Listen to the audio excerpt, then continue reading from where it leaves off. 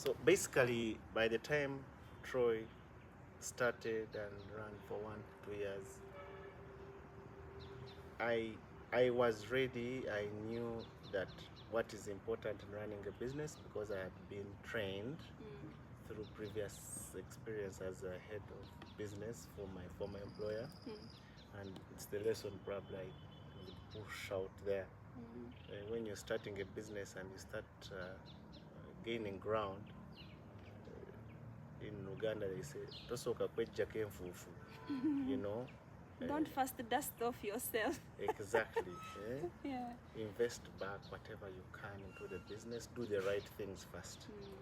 Pay the employees, pay the suppliers, invest in the business for future progress, and then as time goes on, as you make more money, you can now The business starts paying you. yes, now. you can also now say, okay, out of this money I can paint my house, or I can buy better tiles. I can go to Seychelles Yes. to rest. Yeah. Yeah. So how many years have you been in operation now? I can say this is our 6th year, but in April we shall make 10 from the registration time. From the time of registration. Yes. Okay. Yeah. In operation, it's 6 years. Yes.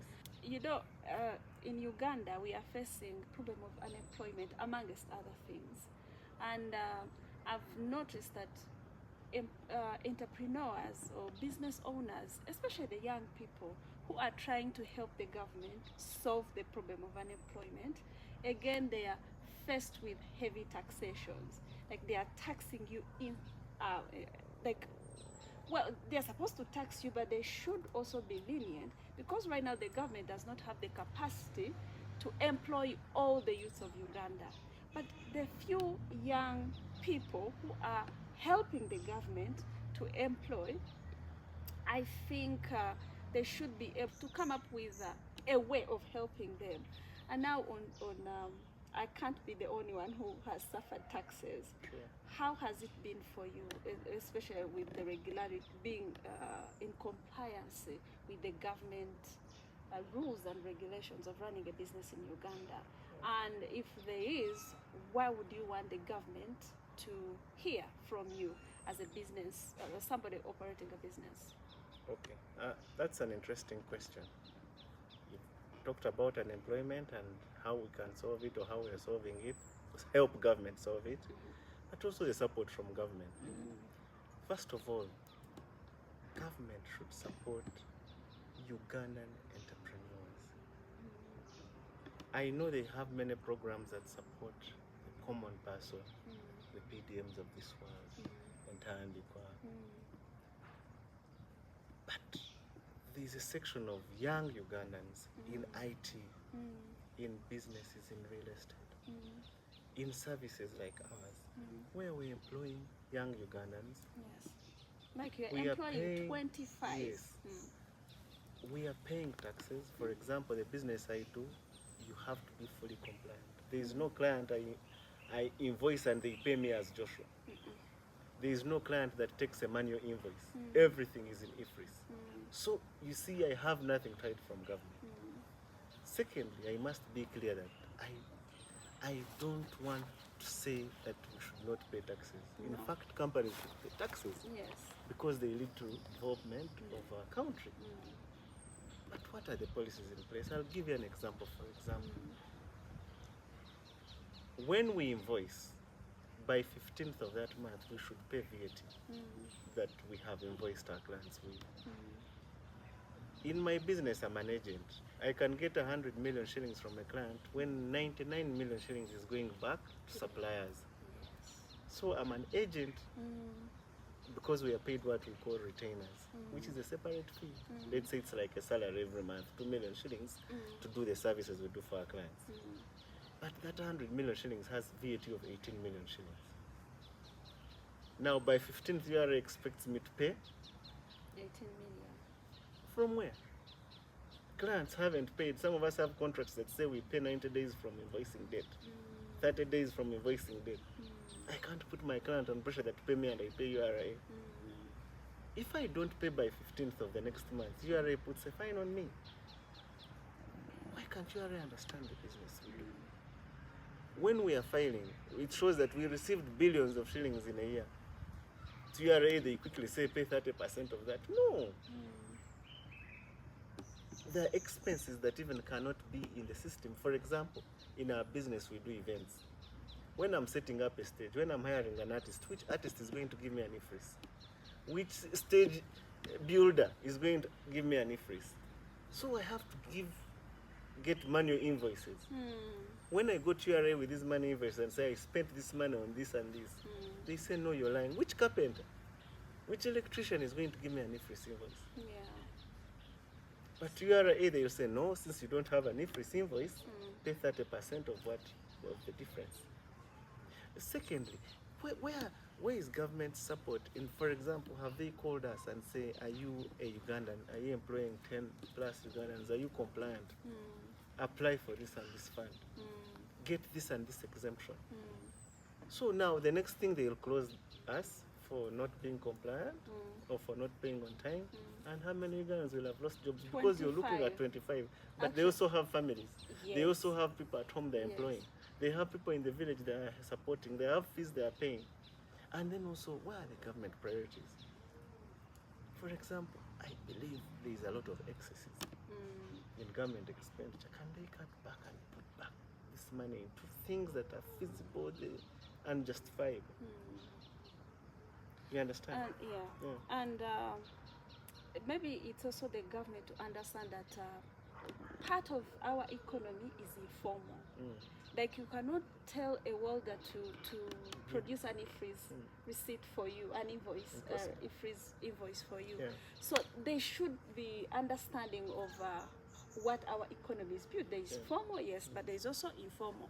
And all these people are all in the economy and they are contributing to the economy. So somebody should not be penalized because a welder took 1 million shillings from the business without an IFRIS. And then they penalize you for that. They do that. So our dear government, you can help because we people like you, they have this. People like Joshua, they have decided not to be part of the problem of unemployment, but to be part of the solution of employing, being able to employ themselves, but also employ other 25. So I think it should be kudos. But also, in my opinion, I think we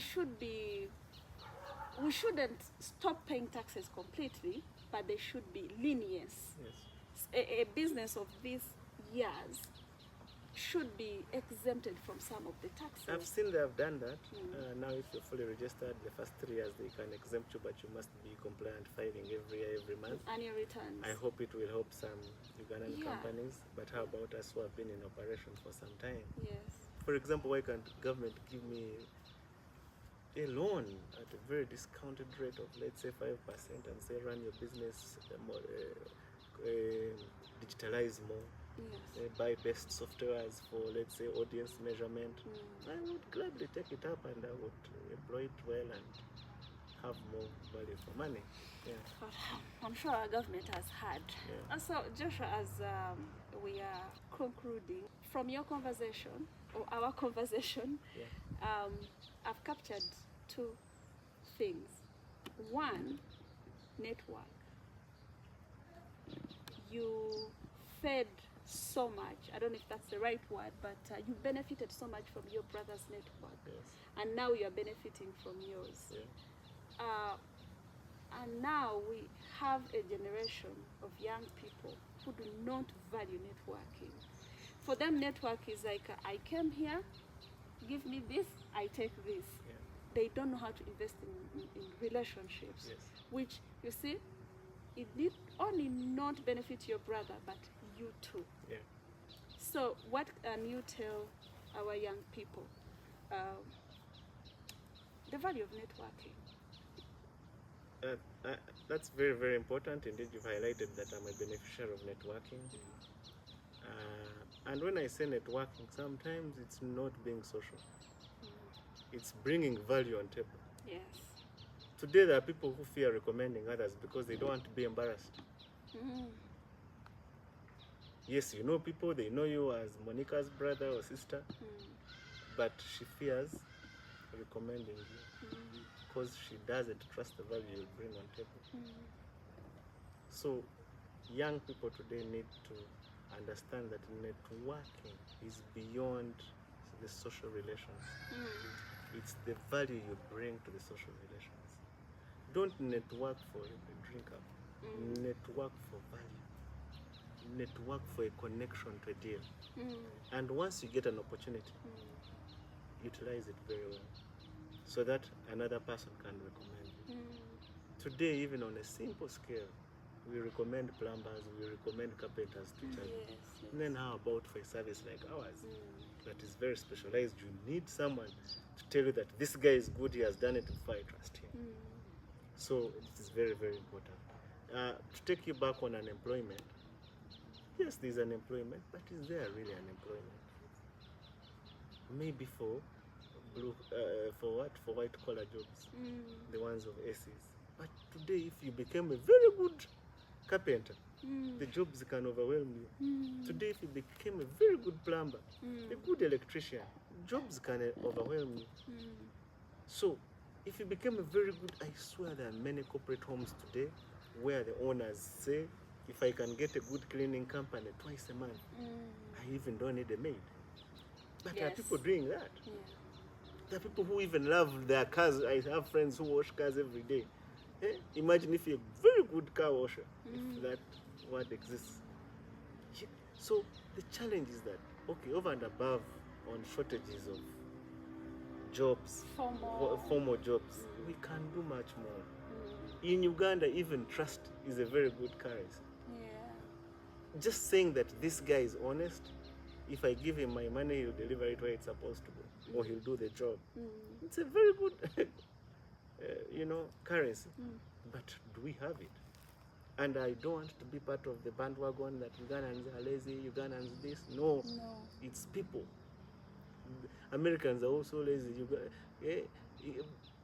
The British are also lazy. They're also dishonest. So that bandwagon of saying this and this, no, it's about you as an individual. Which values, which attributes, what do you stand for is more important. A dishonest Ugandan is as bad as a dishonest Kenyan. A good Ugandan is a good human being, even here in Uganda or in New York.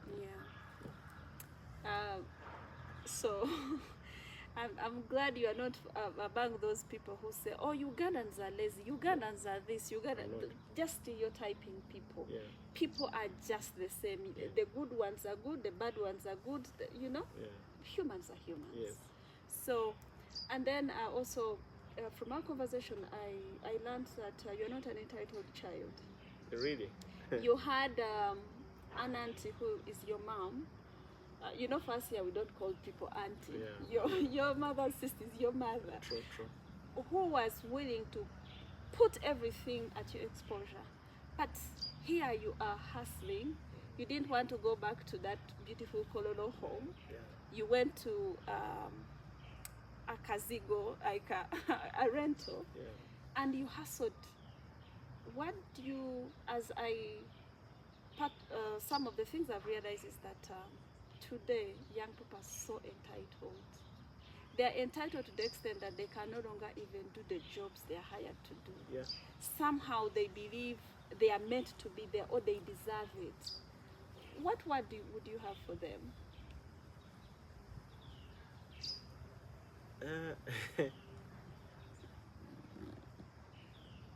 For sure, nothing comes easy. Even when they hand you things on a silver platter, you must work hard to maintain them. That's it. So this entitlement, because things are there, is a short-term pleasure. If you're strategic, you should know that you must work hard to sustain and grow things. So for me, there is no, in any way, why would I be entitled to, let's say, my auntie's good life or support? What if she wakes up and says, I'm no longer supporting you? Or what if she does? God forbid. God forbid. So, I cannot, at least that's the message I should tell the young people. Your father's wealth is not your wealth. You work hard. You're your own man. Look into the camera and then you tell them. You have to do things on your own. And once you do things on your own, you learn to treasure things. You learn to respect people.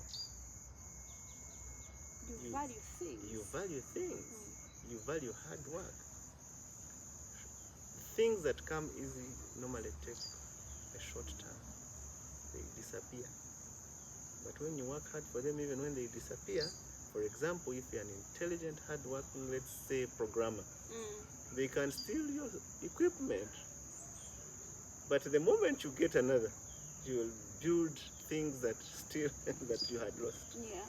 But if you hadn't invested in how to build things, how to do things, then you go back to zero. So technical know-how is more important than technical know-how. Yes. Yeah. Because these days people are treasuring on like we say gamba nogu.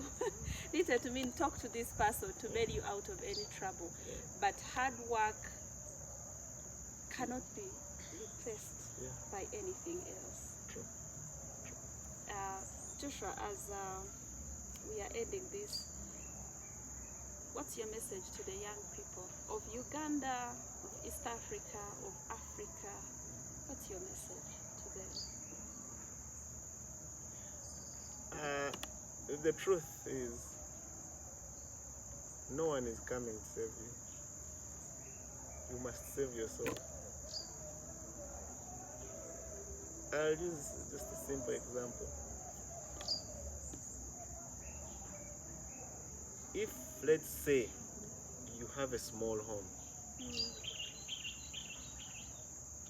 and you lose your job,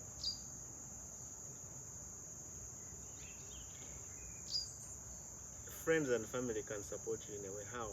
When they go to the village, they can come back with matoke, milk, and give you. The Kampala friends can give you a bag of posho and beans. But if you're renting, this is an example. How many people can pay for your rent for 6 months? So, in other words, even now going back to owning a home, and my mother always told me that when you have a home, you'll have solved 60% of your problems. Because people can support you from that setup. So the same thing with life and working hard. You need to put in a lot or give it your best so that even if someone is to help you, you have a foundation. Today we are screaming for changes here and there. But if an opportunity fell to you, do you qualify?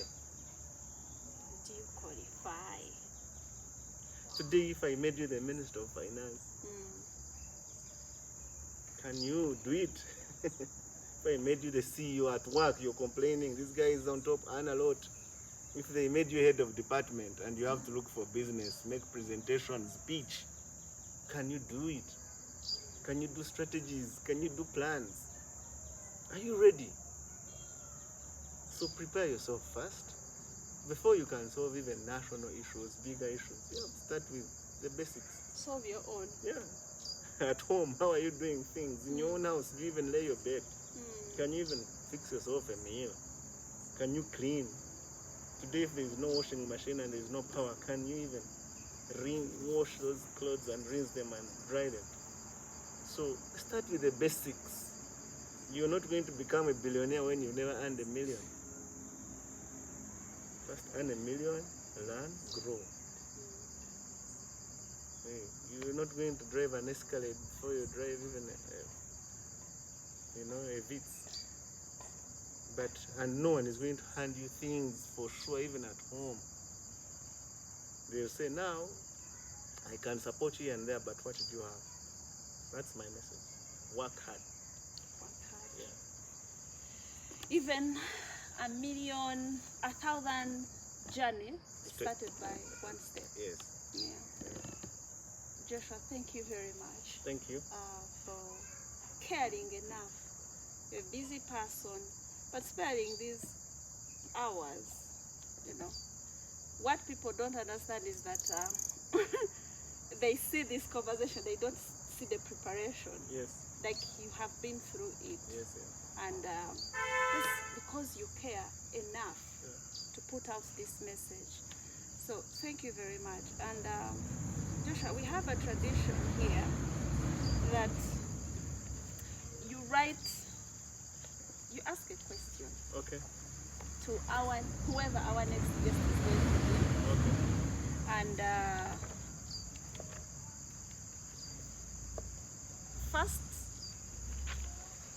somebody you wish to be interviewed here. Okay. But also the question you would like to ask them. It doesn't matter, any question. Okay. Yes. Somebody I would wish to. Is it a secret thing? Or? Yeah, you write there. Okay. Yes. Because these people will get to them. Okay. So I hope the recording is off. No, it's on. Oh. Yes. You can write. I'm going to do a concluding remark. Okay. Yeah. Please tell us in the comment section what resonated with you the most. But also, like I've always said, in the comment section, drop anyone you'd love to hear from. I and my team, we will do everything in our power to have that person share their story with us. And I'm grateful to this opportunity. You guys get to see me, not the people behind the camera and who put things together. So, well done, guys, and thank you very much.